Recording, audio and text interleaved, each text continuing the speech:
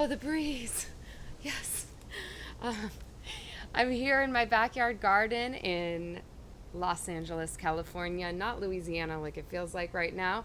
Um, and I wanted to show you some of the progress that I've been working on back here. We got new furniture, we got some hardscape, we got some lighting, so stick around and I'll show you the rest.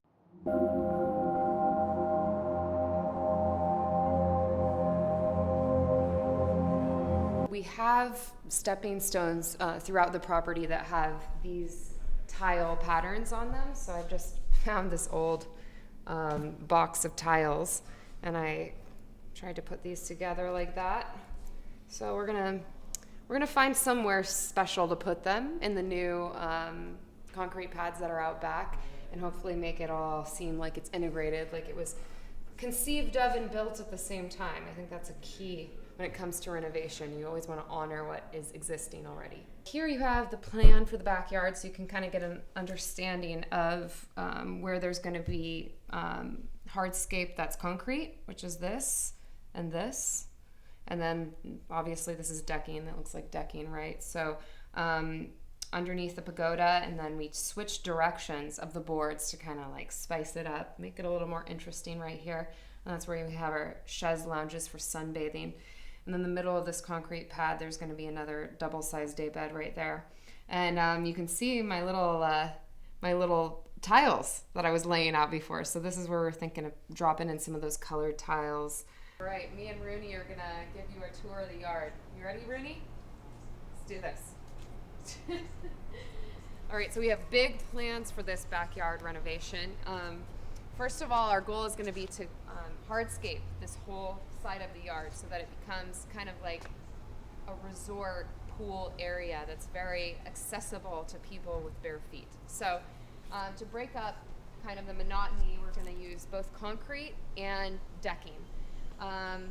Over here we'll have a concrete pad that's going to come. It's going to start from the edge of the stairs, and it's going to come cover this whole area. You can come with me. And then it's going to end right about here. So this whole area will be beautiful concrete. We're going to do a salt finish, which is what we have in the existing concrete. You basically put rock salt onto the wet concrete, and when you spray it with water, it disintegrates, and you're left with this cool texture. We have another great sunning area, and it's also got great access to the pool stairs right here. So we're going to have 2 chaise lounges in this area, and we're going to be covering this with a decking material from here all the way under the pagoda, flowing right through. I think we're going to go with a weathered look of the board so that they kind of matches with all of this gray here and keep it very monotone and zen. That's the look of this garden. It's going to be like a zen garden, like you're in Japan. So we're going to have the table here. It's going to be placed on a new concrete pad that they're also pouring. And we're going to be having some spotlights or lanterns hanging down from the grape leaves up here that it's going to shine down on the table. You can see those grapes are just starting to leaf out this season. Last year we actually had about 6 or 7 bunches of grapes, and they were delicious, like a California table grape, that was sweet little purple one. So that would be nice. And then coming over here, you go into the chill zone. This is going to be perfect for those super sunny Southern California days, because we're going to have all this very comfortable seating, a whole bank of day beds across the back of this thing, 2 full-size beds coming out from the sides with a sofa in the middle, and then there's a coffee table and another day bed that just kind of sidles up to the spa here so that you can just roll into the spa and roll out of the spa. So that will be really cool. This is going to be the real art piece of the backyard. This is a board formed concrete wall. As you can see, it's still being formed, and it's meant to emulate another one that exists on the other side of the yard. So we've got that awesome wood grain texture on the wall, and then it's also got a geometric shape that you can't see here because it's enclosed in the mold, but we'll have some nice blocky geometric shapes and circular cutouts here and there to mix it up and keep it really interesting. We're going to have a gas-powered fireplace right here that's arched. It also emulates an existing one on the other side of the yard. And exactly where all this rebar is, and this 2x4 here, is where we're going to have a bench that runs all the way along. And that's going to be a slightly different texture. It's going to be like a sealed concrete, so smooth, smooth for butts to sit on. So it will be a nice contrast with the very rough texture of the board form concrete. So yeah, then you'll have all your day beds here, and we're going to redo the lighting. We're going to probably put something that emulates these paper lanterns, but is a more permanent fixture, which we're looking for now, and we have a lot of cool places here in the Melrose district to shop for that kind of stuff. So we'll be finding one. There's our fireplace there. That will be placed behind this wall. And yeah, you can probably just imagine it. Across the pool, we're going to do that same decking material. And the whole idea is that the whole surface is flush with the pool edging, so that you feel like you can just roll in and out of the pool. You can, if we're having a pool party, you can put a towel down here and it's all one level. So it's very easy for a lot of people to enjoy this space at one time. And, if it's too hot, you can be in the shade. We're also going to put heaters in the ceiling here. So if it's cold, fireplace, heaters, this place will be usable day and night all throughout the year. So that's the goal. We're in Southern California. We might as well enjoy it. Well, a lot has changed since you've been back here. We have a brand new concrete wall with a fireplace in it. We have this beautiful furniture that was handmade for us in Indonesia. This daybed with storage, can fit tons of beach towels and furniture covers and floaty toys and all sorts of things in there to keep this space nice and tidy. We actually had this beautiful coffee table that was in storage, and we had it restored and polished up, and I think it really, really fits the space and kind of completes the image.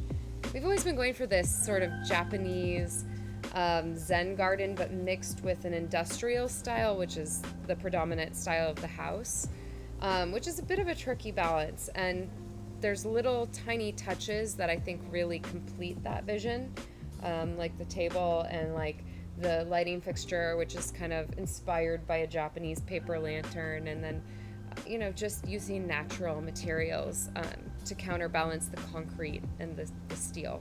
You might notice that this one right here doesn't have a cushion on it. That's because we're working with this furniture to try to make it be perfect for exactly what we need. We ordered this furniture before we had completed the hardscape. Now, that's, a great idea if you have a big lead time, which you often do, but the one, learning curve that I had in this situation was if you have to adjust your hardscape in any way, like for instance this wall, we decided to bring it in a little closer. The deck, we had to bring it up in this section. You'll see there's a step up over there. We had to lift it up because there was a concrete pad here that would have taken, it would cost too much to demolish it. So we're like, no problem, we'll have a step up. Oh, that makes this daybed much higher than I wanted it to be, because I wanted it to be perfectly flush with the edge of the spa. And you can see it's already 2 inches higher than the edge of the spa, and there's no cushion on it yet. So now we're trying to figure out if we can adjust this furniture or if we should just live with it. And I think for me, it's those kinds of little decisions, when to fight for your vision, when to let go, and just say, you know what, it's close enough, it's good enough, it's not worth thousands of dollars to adjust it. That's kind of what defines design and exterior design, because you got to go with the flow and you got to make the most of the situation. And when you're working within a set of constraints and parameters, that's actually when you find some of the best, most unique designs. So you got to just go with the flow, really. We're going to be putting more cushions of different colors, some reds and some other colors back here. And then we're going to recover these cushions also in a fabric that by the same manufacturer as the cushions, which is Restoration Hardware. The reason I decided to do this is my other furniture is from Restoration Hardware, and I wanted to have the appearance that it was all from the same collection. So I just ordered extra fabric from Restoration Hardware, and so it's basically the same sort of feel. It's just a little bit more textured, and I think it will be nice and soft and be a little bit more comfortable, not so when you're laying on it. So that will be great. Now, the one thing I would love to get other people's opinion on this. How weird is it that this is not flush with this? Because that was a really integral part of my design. And like I said, we had to raise this part of the deck, and boom, here we are with a piece of furniture that's higher than the bench. And to me, I've got to change it, but what do you think? Is it worth it? I mean, is this kind of thing that can just be just perfect enough where it's like, oh my gosh, everything was thought through, look at that design, how amazing. Or maybe no one notices it. I don't know. So for me, we're gonna look into it and we'll have to make a decision and see what it's worth to us. So once we do that, and we're gonna cover the central one with red, that's kind of an homage to the Japanese flag. So there's a bit of a Japanese theme going on back here, and we'll have a big red dot right in the middle of our yard. So just like the Japanese flag, which will be pretty cool, I think, and bring out some of the other accentuating colors that we have around that I've done through my plantings. So it's all coming together. It's been a long road. There's been many challenges, a lot of stress, a lot of like very, very high intensity days back here with like 8 different guys working, and they all need answers, and you've got to just do your best. But we made it here, and I'm fairly happy with the results. So let's hope it keeps going.